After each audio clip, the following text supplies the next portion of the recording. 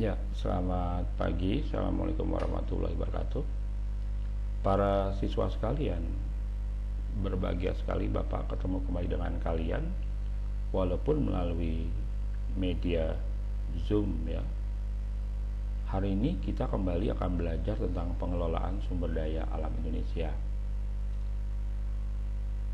Selalu Bapak ingatkan, karena kita masih dalam masa pandemi corona, untuk mengenakan masker, menjaga jarak, dan mencuci tangan. Pada bagian ini Bapak akan memasuki bagian kedua ya, tentang potensi dan penyebaran sumber daya alam. Tetapi Bapak ingatkan bahwa pembelajaran kita masih memanfaatkan struktur yang sebelumnya, yaitu bahwa diharapkan siswa mampu berpikir kritis, kreatif, kolaboratif, dan komunikatif dalam proses belajar mengajar melalui model discovery learning. Tetap Bapak ingatkan bahwa kita adalah para pejuang keilmuan, yang keilmuan itu bukan hanya menerima, tapi juga Anda harus mencari. Karena mencari ilmu itu seperti mencari pahala akhirat ya. Belajar dari awal kamu niat itu mendapat pahala dunia dan akhirat. Pahala dunia adalah kemudahan hidup, pahala akhirat adalah kita akan nyaman hidup selamanya di akhirat kelak. Ingat, kita bicara discover learning, tapi Bapak menekankan nanti selain discover learning juga kalian harus berusaha berpikir secara hot. Jadi high order thinking skill, berpikir secara lebih tinggi dari level-level sebelumnya, karena kalian akan bicara tentang sumber daya alam yang ada di Indonesia, yang kalau salah pengelolaan maka akibatnya fatal buat keberlangsungan hidup bangsa ini, utuhnya bangsa ini, serta hilangnya kemampuan anak cucu kita untuk menghadapi dunia yang semakin berubah. Bahan kajiannya ada 4, masih ingat? Ada klasifikasi sumber daya alam, potensi persebaran sumber daya alam, kehutanan, pertambangan, kelautan, dan pariwisata. Setelah itu ada analisis mengenai dampak lingkungan, AMDAL dalam pembangunan, serta pemanfaatan sumber daya alam dengan prinsip-prinsip pembangunan berkelanjutan. Ini adalah bagian kedua. Tapi ingat, pada waktu belajar kemarin, pada saat belajar klasifikasi sumber daya alam, Bapak meminta kepada kalian untuk menyelesaikan tugas, yaitu membuat poster yang dikirimkan ke Instagram ya. Masih ingat tugasnya? Yaitu memaparkan tentang wilayah-wilayah yang secara jelas mempunyai sumber daya alam, tetapi juga berpotensi mempunyai kebencanaan. Jadi dua hal itu yang harus dipaparkan dalam sebuah poster yang dikirim melalui Instagram ya, dengan tagarnya Wang Sajaya dan bersahabat dengan kebencanaan atau bencana ya. Nah, ini adalah beberapa tugas yang sudah masuk ke Bapak. Banyak sekali tugasnya dari beberapa kelas, dan ini yang Bapak ambil di bagian-bagian awal ya. Kita lihat ada beberapa teman kalian telah mengirim beberapa poster, visual dan literasinya bagus, ada gambar, ada data, ada tulisan-tulisan, dan ini tentunya akan memperkaya kemampuan kita untuk berpikir logis, sistematis, dan high order thinking. Bapak bahagia dengan tugas-tugas kalian. Ini beberapa tugas yang Bapak yakini waktu pembuatannya pasti berbahagia, karena akan menampilkan data yang bagus ya. Data yang bisa membuat para pembaca menjadi sadar bahwa kekayaan alam kita memang besar sekali, tetapi ada potensi bencana yang juga selalu mengikuti wilayah-wilayah itu. Ini ada teman kalian yang menulis di Kalimantan, ada yang Nusa Tenggara Timur, ini di wilayah pegunungan, di Pegunungan Merapi tepatnya ya. Setelah itu ada yang di KPC, ini juga di Kalimantan kalau tidak salah, ya benar di Kalimantan ya. Ini 4 buah yang saya anggap mewakili ya. Tapi ada hal lain nih. Nah, kita lihat. Nah, ini juga nih.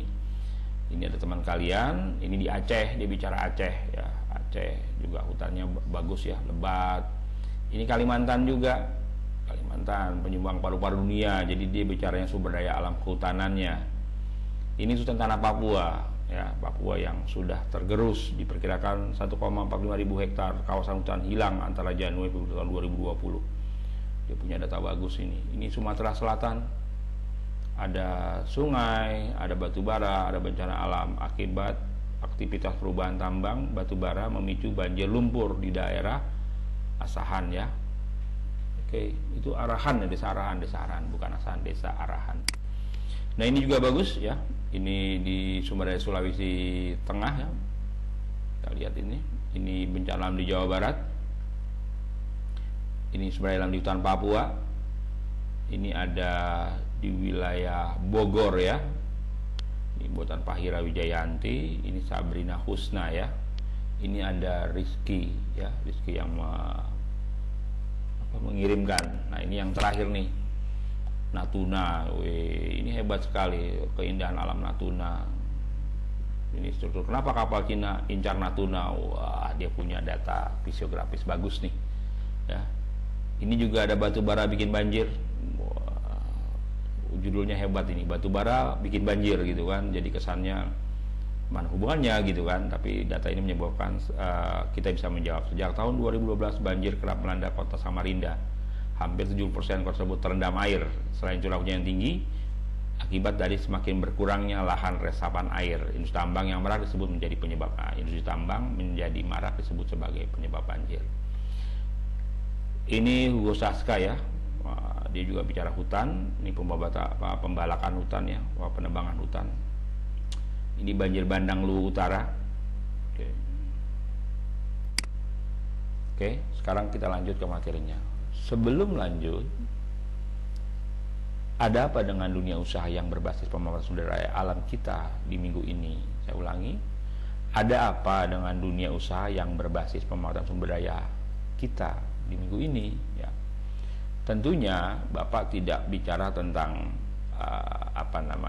masalah demo yang kemarin ya, demo tentang undang-undang. Bapak tidak bicara itunya. Kita bicara adalah hal-hal yang mungkin bisa menjadi efek atau bagian dari kondisi itu, yang kalau kita biarkan maka ada banyak hal yang terganggu.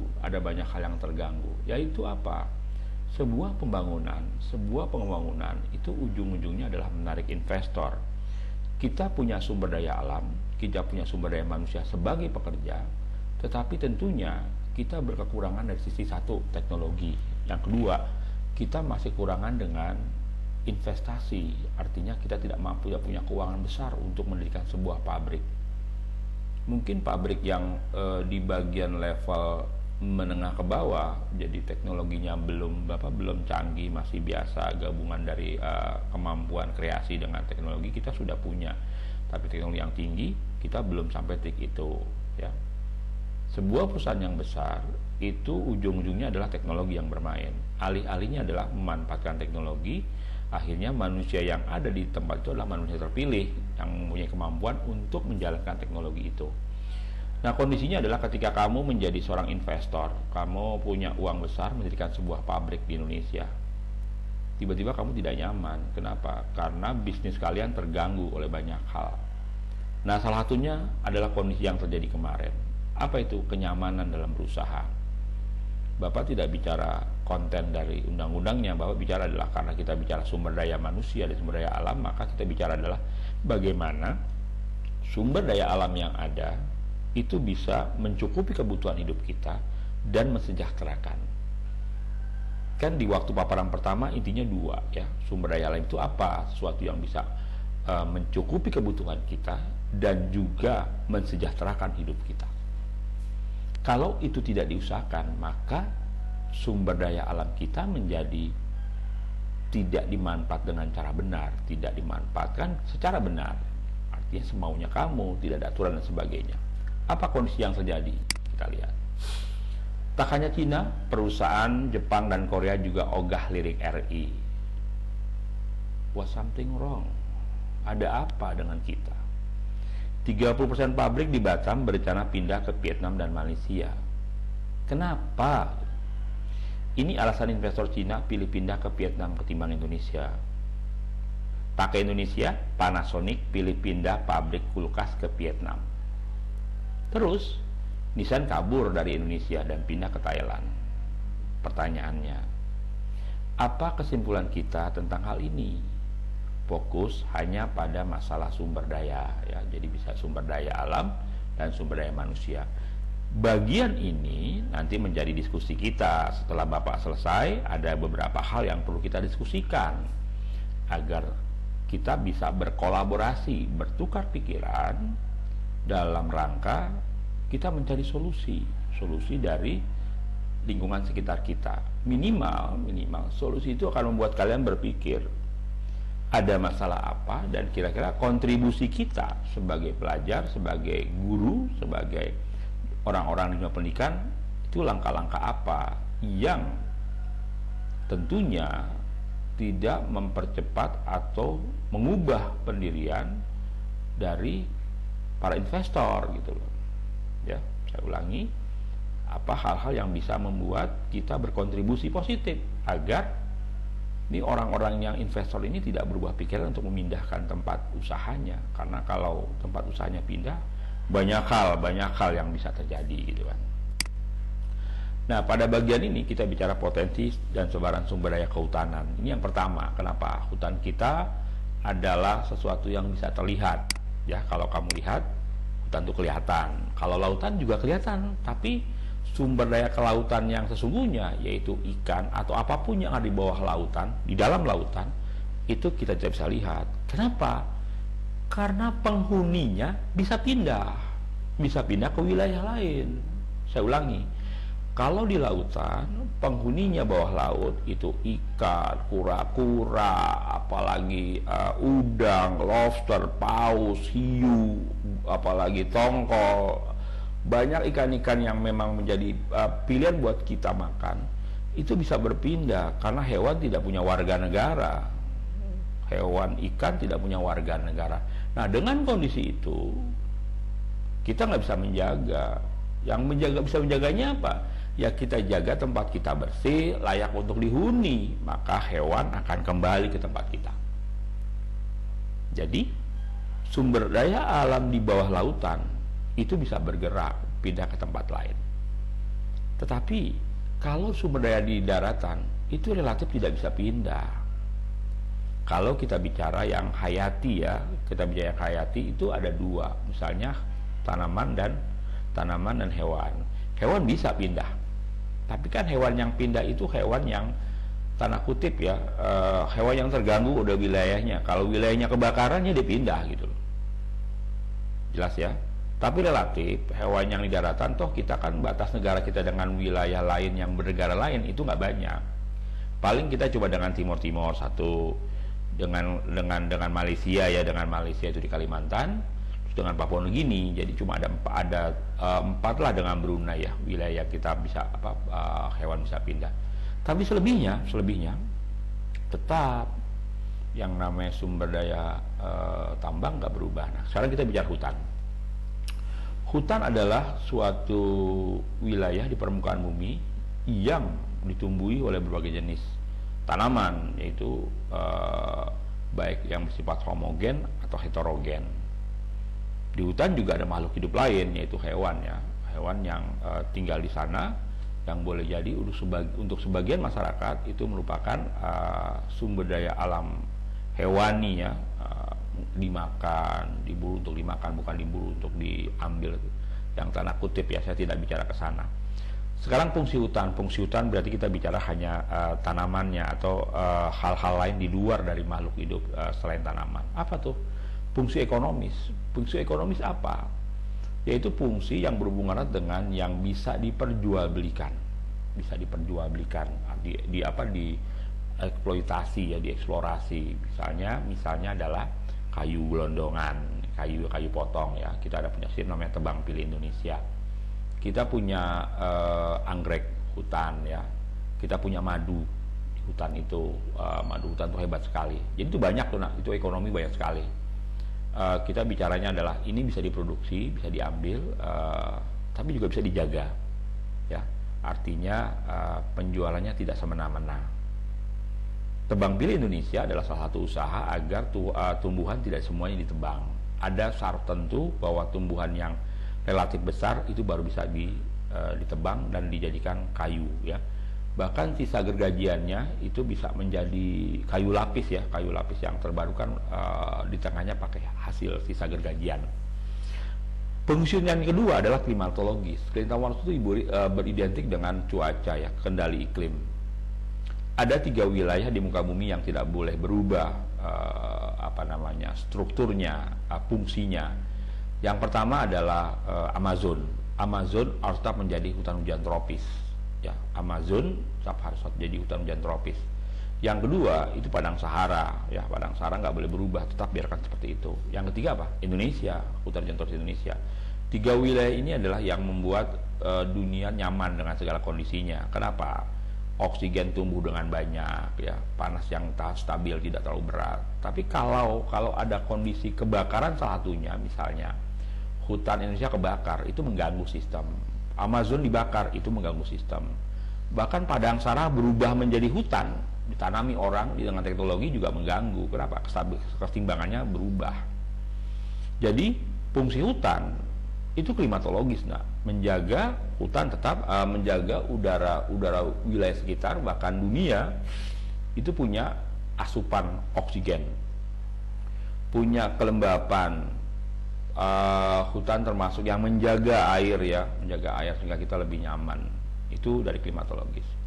Yang ketiga edafik. Edafik itu hubungan dengan tanah, kesuburan, jenis tanah, menjaga air di dalamnya. Karena kalau tanah nanti ada tanah yang porositasnya tinggi, yaitu tanah-tanah yang ada di pasir, daerah pasir, itu kalau kena hujan airnya langsung meresap, itu air higroskopis. Maka tanaman juga akan berbeda nanti. Sementara di Indonesia itu hutannya, edafiknya, tanahnya subur gitu kan. Maka banyak tanaman-tanaman yang tumbuh subur di hutan-hutan kita, besar, tinggi, bahkan bagian bawahnya tidak bisa dilihat oleh kerapatan bangunan sehingga matahari tidak sampai ke bawah ya. Ada juga beberapa wilayah yang hutan musim ya, ketika kita bicara hutan jati kalau musim kemarau itu meranggas, menjatuhkan tanamannya untuk mengurangi tingkat kebutuhan air seperti itu. Jadi nanti ada edafik tuh, ada tanah yang subur aluvial, ada yang fosforik merah kuning, ada resinas, ada grumosol, ada apalagi latosol, lisosol dan sebagainya. Itu waktu kelas 1 ya kita bicara itu. Kita bicara tanah. Setelah itu hidrologis. Hidrologis itu adalah fungsi hutan untuk menahan bukan menahan. Hidrologis itu lebih ke arah siklus hidrologi, siklus air, dan fungsi hutan itu menahan air agar tidak terlalu cepat sampai ke dataran rendah. Bayangkan kalau sebuah pegunungan hutannya tidak ada, maka air akan bergerak terlalu cepat ke wilayah dataran rendah. 1.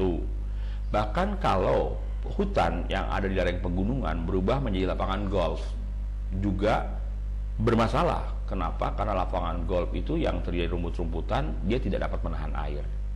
Atau dibangun perumahan, lebih parah lagi, itu juga tidak bisa. Jadi, agar air tidak terlalu cepat sampai ke dataran rendah dan air bisa dipakai untuk puluhan tahun, maka sebaiknya di wilayah-wilayah tertentu, di kemiringan-kemiringan tertentu, di pegunungan, di lereng pegunungan, itu hutan tidak boleh diganggu. Kenapa?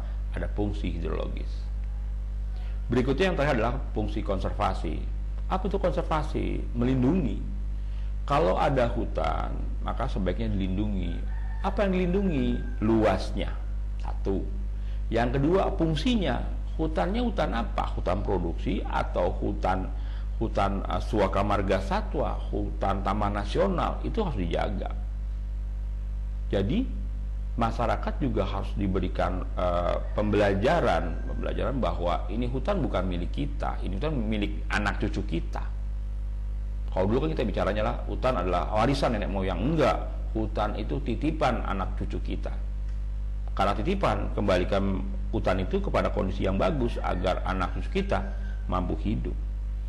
Itu fungsi hutan konservasi, yaitu hutan harus tetap ada, tetap terjaga. Berikutnya, ada beberapa jenis hutan dan manfaatnya. Ada hutan produksi, hutan lindung, hutan penyangga, hutan suaka, dan hutan wisata.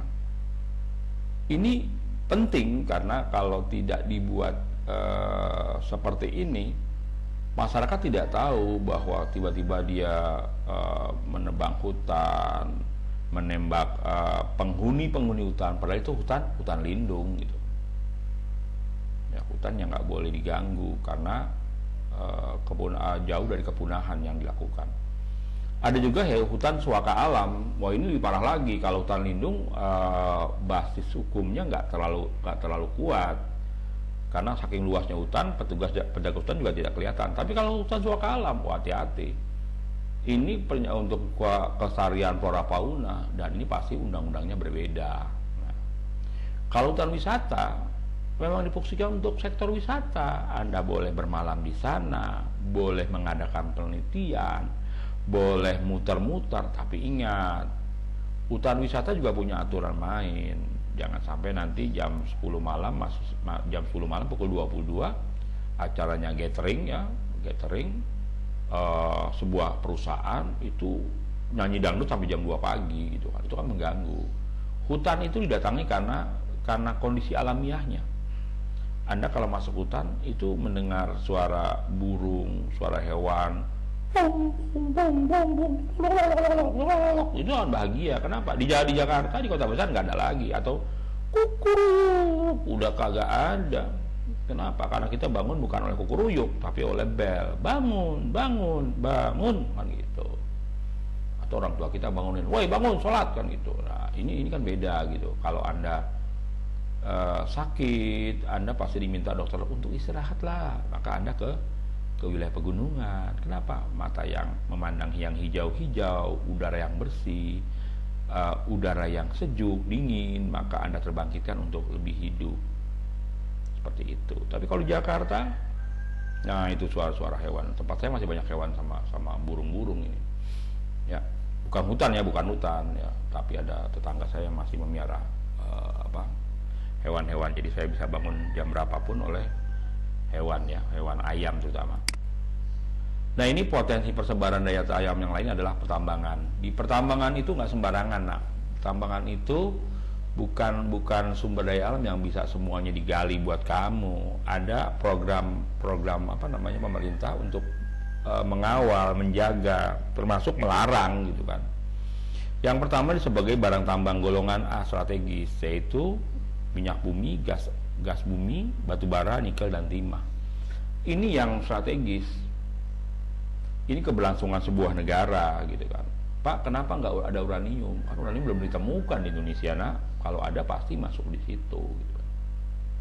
Pak, kenapa emas tidak masuk? Karena emas itu bukan strategis. Nah, ini vital, iya, dia termasuk vital ya, tapi bukan strategis. Yang minyak bumi, gas bumi, batu bara, nikel dan timah itu harus negara yang mengusahakan, harus negara. Nah, kalau yang golongan B itu juga negara yang menguasai, tapi menyertakan rakyat gitu kan. Jadi rakyat bisa membantu melakukannya. Apa tuh? Emas, perak, platina, tembaga, intan, belerang, besi dan boksit. Ya, itu bisa masyarakat juga berproduksi, tapi dengan izin dari pemerintah. Kamu nggak bisa sembarangan tiba-tiba di Pongkor Bogor itu ada emas ya, gunung emas ya, yang pemerintah mempunyai konsesi di sana. Tiba-tiba kamu membolong-bolongi gunung, dapat emas, tapi kan dengan bolong sembarangan gunungnya bisa runtuh. Maka peran pemerintah ada di situ. Ya, ada peran pemerintah di situ. Anda di Kalimantan emas banyak gitu kan Anda kelola, tapi Anda menggunakan peroksida dan negara berperan di sana gitu untuk mengingatkan, karena jangan sampai akibat dari sebuah industri lari-larinya adalah kita menjadi serakah, mengambil tanpa berpikir bahwa ini akan berakibat fatal gitu. Yang berikutnya adalah barang tambang golongan C yang tidak termasuk strategis dan tidak juga termasuk golongan vital oleh rakyat ini. Kenapa? Relatif ini teknologinya nggak terlalu tinggi, rakyat bisa mengusahakannya. Apa tuh? Pasir vulkanik, batu andesit, obsidian, batu granit, marmer, kaolin, fosfat, gipsum, mangan dan zeolit. Ini yang paling gampang dilakukan, Maka di paparan awal kemarin nanti saya ceritakan tuh mana yang lebih enak gitu kan.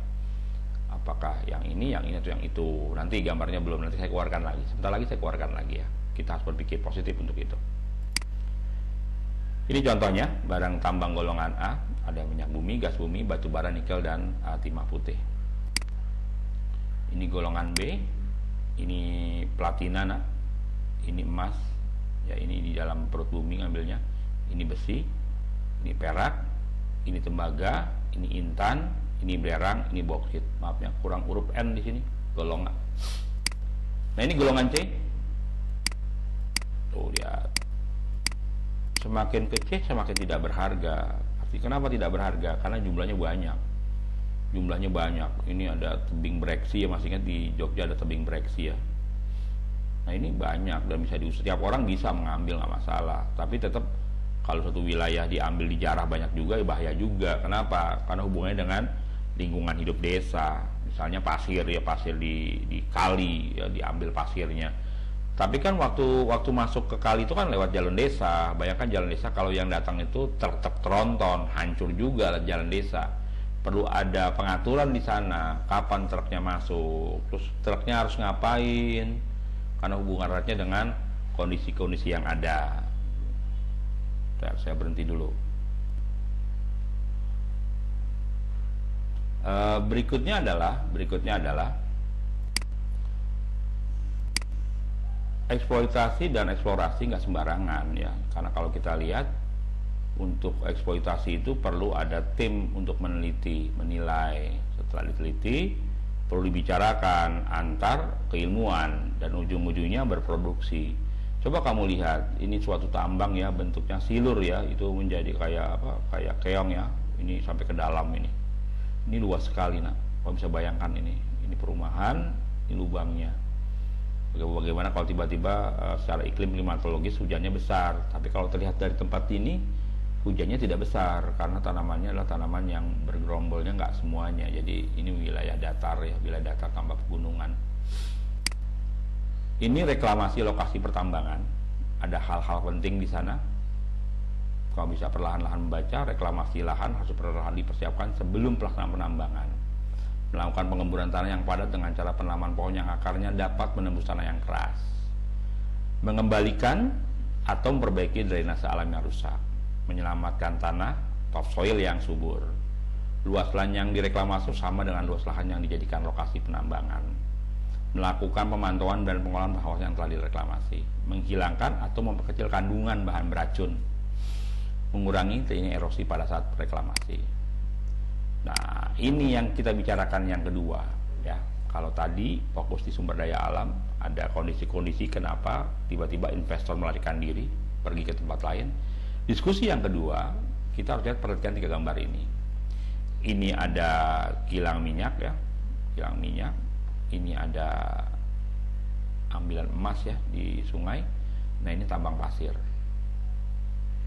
Saya minta kalian untuk mencari hubungan antara sumber daya alam dengan sumber daya manusia di 3 kondisi ini. Saya ulangi, apakah hubungannya antara sumber daya alam yang 3 ini dengan manusianya ya. Jadi ada 3 sumber daya alam dimanfaatkan oleh manusia untuk memenuhi kebutuhan dan kesejahteraan. Tapi kan ada manusia yang bekerja. Nah, apa hubungannya? Ini diskusi kedua. Jadi ada dua poin diskusi kita hari ini. Nah, ini sumber daya kelautan. Nah, sumber daya kelautan itu hubungannya adalah ikan dan semua hal yang ada di dalamnya ya. Pada bagian ini kita bicaranya adalah ikan, masalah ikan ya. Jadi karena pantai kita luas, kita banyak bisa mengusahakan banyak hal di pantai itu. Mungkin setiap kilometer ada penginapan, resort ya, tapi juga kan ada hal-hal lain. Gak sembarangan tempat bisa dibuat resort, ada ketentuan bahwa sebuah wisata itu, destinasi wisata itu punya kekhasan. Kalau nggak punya kekhasan, itu bukan destinasi wisata gitu kan. Kalau cuma yang dijual pantai, iya semua pantai luas ini, tapi pantainya mengandung apa? Pantainya pasir putih, tidak ada batuan. Pantainya ombaknya kuat untuk berselancar. Pantainya tenang, nggak ada ombak. Pantainya banyak perahu-perahu nelayan warna-warni. Pantainya ada baling-baling pembangkit tenaga listrik, itu kan hal-hal lain. Jadi ada nah, ini saya bicaranya yang paling gampang. Apa tuh? Ikan ya, banyaknya ikan. Ada orang tua murid butuh telepon. Oke. Ya, saya jawab dulu sebentar. Oke. Lanjut ya. Berikutnya adalah pariwisata. Ini yang sedang dikembangkan. Indonesia pariwisatanya indah sekali. Bayangkan, di atasnya sama di bawahnya dua-duanya indah. Kapan indah? Kalau dijaga. Kapan indah? Kalau dijaga. Raja Ampat, Wakatobi, Derawan, Kepulauan Seribu lah, apalagi Taman Nasional Laut ya di Bunaken, itu indah. Banyak loh destinasi baru yang dibuat pemerintah, wilayah-wilayah yang dulu tidak terjangkau sekarang bisa dijangkau. Karena wisata menjadi bagus, menjadi terkenal kalau ada sarana prasarana untuk mencapai itu. Ada penginapan, ya, ada kenyamanan untuk mencapainya, ada transportasi, bahkan kalau perlu ada tidak lapangan udara di sana, karena kita saking luasnya. Beberapa kapal pesiar itu ke Raja Ampat. Kemarin sempat kejadian ada kapal pesiar yang menabrak terumbu karang kan, karena salah masuk wilayah. Ini menjadi bagus. Kenapa?